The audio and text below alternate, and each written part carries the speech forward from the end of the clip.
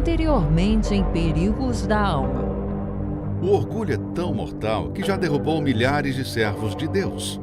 Muitos, ao verem o sucesso do seu ministério, igreja lotada, elogios frequentes ao seu sermão, começaram a pensar que tudo vinha da sua capacidade própria e futuramente vieram a se destruir.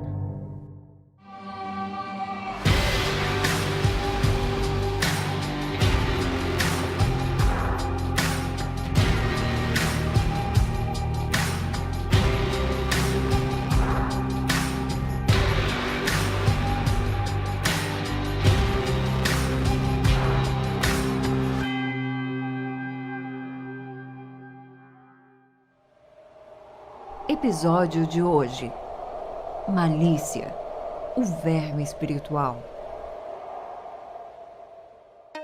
Certamente, quando criança, sua mãe dizia: "Menino, pare de comer besteiras, vai acabar ficando cheio de vermes." Esse conselho materno nunca teve tanta relevância como nos dias de hoje, se tratando de um perigo que corremos com a nossa alma. Alguém com verme até pode comer alimentos essenciais e saudáveis, mas ainda assim fica fraca. Isso acontece porque o verme que está dentro dela come as vitaminas e tira tudo o que é bom do alimento. Pois é, assim é a malícia. Um verme espiritual que tem se alastrado em muitos. Ele devora o que é bom do coração e só permite que fique o que é mal dentro dele.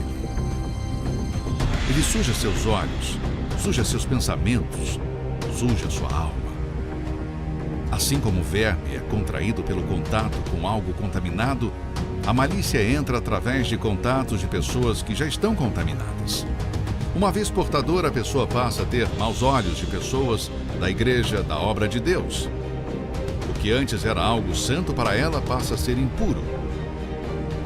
Todas as coisas são puras para os puros, mas nada é puro para os contaminados e infiéis.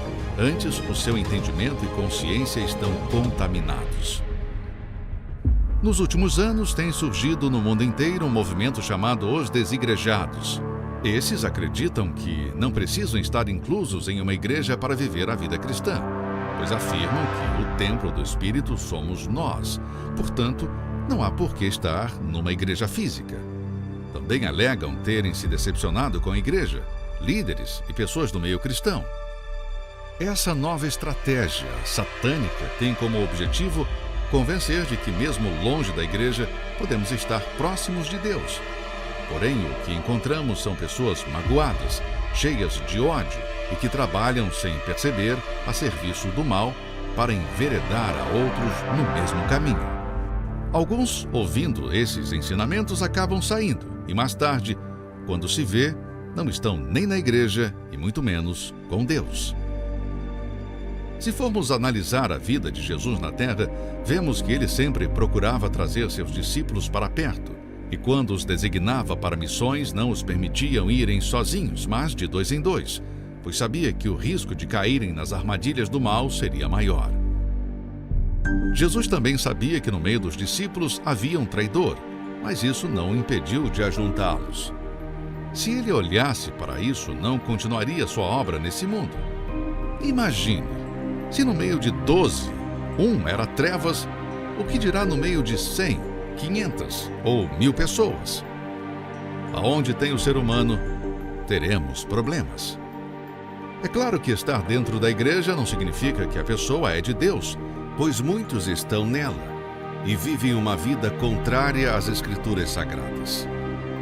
Infelizmente, na nossa caminhada cristã, encontraremos escândalos e maus testemunhos daqueles que não nasceram de Deus.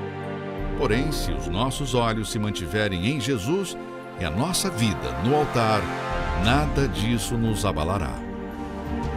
Tudo que o diabo quer é nos tirar do altar, pois sabe que enquanto estamos ajuntados no braseiro, estaremos acesos como brasas vivas, intocáveis. Mas o dia que nos afastarmos dele, pouco a pouco iremos nos apagar e seremos facilmente esmagados. Porventura alguém já viu uma brasa sozinha permanecer acesa?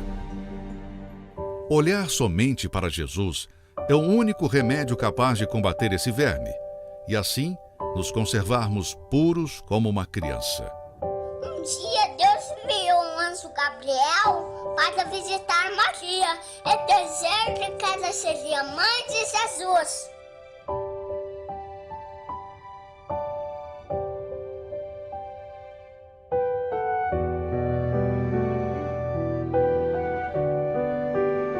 Lava o teu coração da malícia, ó Jerusalém, para que sejas salvo.